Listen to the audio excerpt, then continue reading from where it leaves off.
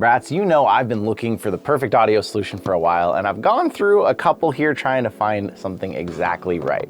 A lot of you suggested there's a set of Sony headphones on Etsy, eBay, other places. I had to go buy these myself to get my hands on them, so let's check them out.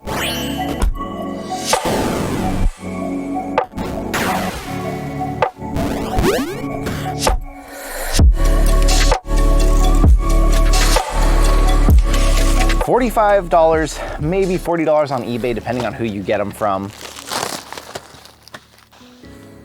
So what these sellers are doing is they're getting a set of Sony MD-110s, MD-ZX110s. There's a couple different models it looks like, but basically they're getting a decent set of Sony headphones. You can find most of these for between $20 to $30, depending on Amazon where you look. And then they're 3D printing their own clips that will hook onto the Quest 2, and then you can just hook this up yourself, kind of cable manage it, and have these Sony headphones. At Galvanized Gadgets, my goal is to design and build customized ideas that improve technology. If you like my designs, consider giving me a review or rating me. So these exact ones are MDR-ZX110. And we got some installation instructions, although I mean, this is pretty straightforward. I'm not sure what all these fit on, so I thought first I would try, they show them on the Halo straps. I thought first I would try these on something non-Halo, but it looks like that's definitely not. This is a Busqueda head strap. It looks like it's way too thick, and this part can't open. There's no movement to these two hooks, so yeah, it's not gonna work on those.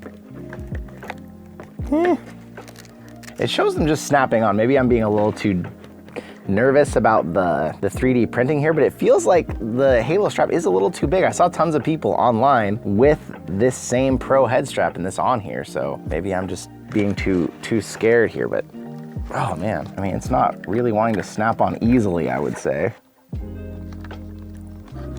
I don't know. I don't know. I feel like this. They even show it on the M2, which this is the same part. Are your parameters just a little off? If I try the other side, will it work better? God. Whew.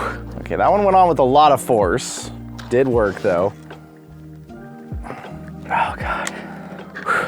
Okay, you can get them on. It just takes a lot. I don't want to detach these other things because they're a real pain to take off, so I'm just gonna kind of move them out of the way, and then we're gonna test these up against the other headphones, see how they sound. So once you get them on there, they have a little bit of movement. You can kind of get them back and forth to where you're gonna like them. This part is able to go up and down to try and get you the right fit. The Sonys have some built-in pivoting here. Pivot, pivot. Pivot! Pivot! The one thing it doesn't really have is it doesn't have an ability to turn the headphone more towards the front or the back. So some people, an ear placement might get you in a little trouble here, but I think we'll be okay. I put them on backwards. Oh, they come off easier than they go on at least. Oh God, still not very easy. Okay. Oh dear God. Okay. Whew. It's not the most fun I've ever had putting a set of headphones on. I'm gonna do a quick test. I'm gonna listen to the Bionik Mantis, the off-ear speakers that I've been using, these Sonys, all listening to the same song real quick, see what we think here of each one separately. I'm gonna put them all at one click below max volume, and then I'm just gonna listen to no uncopyrighted music so I don't get us into any trouble here.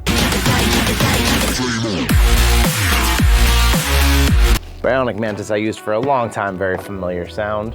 Imagine if I just left both set of headphones on these.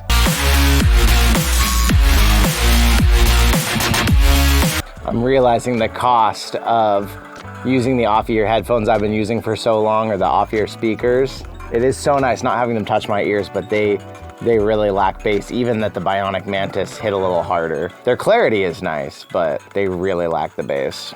Get these out of the way.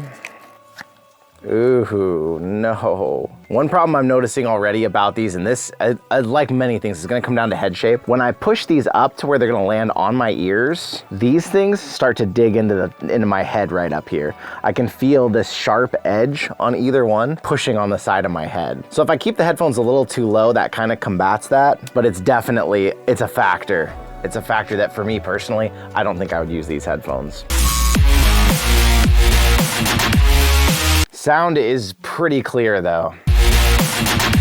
The sound is quite clear. They definitely don't win the bass war though. Bionik Mantis still have the best bass out of any of these three. These probably have the best clarity of the highs. I'm gonna do a few more tests with these because I haven't spent as much time with these as I have obviously with these other two because I game with these all the time. The other thing too, for active gamers, this pad right here covers a lot of your ear. It's gonna hold in a lot of heat, even less so than the Bionics. Have a little on-ear pad. These are almost like over-ear headphones. They don't go all the way around my ears, but they're more like cans in the way that you feel them covering a lot of surface area and a lot of heat is in there. So I'm gonna check a couple games to see how the spatial audio is. I would definitely say if you're looking for good sound, these are gonna provide you pretty good sound. The pushing on the ears, the struggle to get them attached to the actual headset, definitely some factors to account for here if you're really thinking about buying these. I really like that they stay attached though. The headphone cable is not super long. It's gonna be really easy to manage something like that. They feel good and solid on your ears. So if you're moving around in games, you're turning,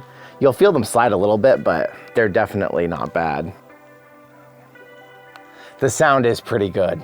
I'll give them that. I mean, for a cheaper set of on-ear headphones, Sony usually always knows what they're doing when it comes to audio. In the world of cheaper Quest 2 headphones and all the different things I've tried, these do sound quite nice. They hit you with some decent bass, but the highs are clear. You can pick apart every sound that's coming in. Etsy, eBay, Sony, off-ear headphone combo, pretty good. Really good sound as far as cheaper headphones go. You're not gonna get heavy bass. We're finding that no Quest 2 headphones really give you heavy bass.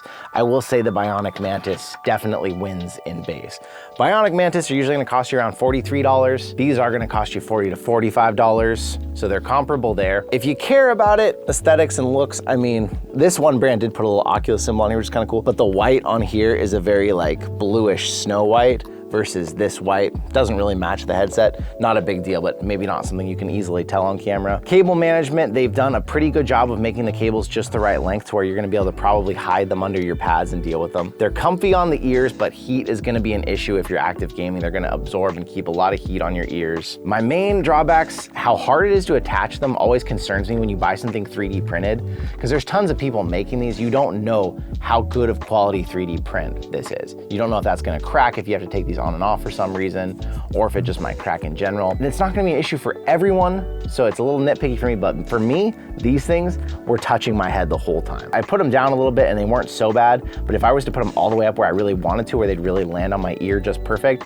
they were pushing pretty hard. And the edge is rounded, it's not sharp, but it is still a hard plastic pressure. You're not gonna be in love with that. Are they worth it? I would still choose the Bionics, personally. I think these look better, they have better bass, they are built for what they are. You know, these aren't some 3D manufactured part that someone made. This is properly made and it's gonna work well, look good, be adjustable, and it's a company that's gonna give you some backing of warranty, or I don't know if these break if you're gonna have any luck getting a hold of anyone on Etsy or eBay about it. So for those reasons, I would choose the Bionic, but I think that these are still a pretty decent option for a lot of people. So if you're on the fence about it and you've been thinking, oh, I really like the look, I really like those Sonys, I like the sound, I would say it's probably worth checking them out. Just be aware that you might have an issue with this. You might look at a couple of the different ones that are out there, because maybe some of them, these don't crank in so far. Maybe they could be shorter. If I keep these, what I may do is I may actually see if there's a way to take this off and cut this, or maybe I'll put a pad on the inside of here to make it more adjustable and nice for me. And I might keep them on my third headset so that everybody has headphones on theirs. They're definitely not bad. Let me know what you think. I know a lot of you out there have been asking about them, and there are some of you that even own them. Do they touch your head at all,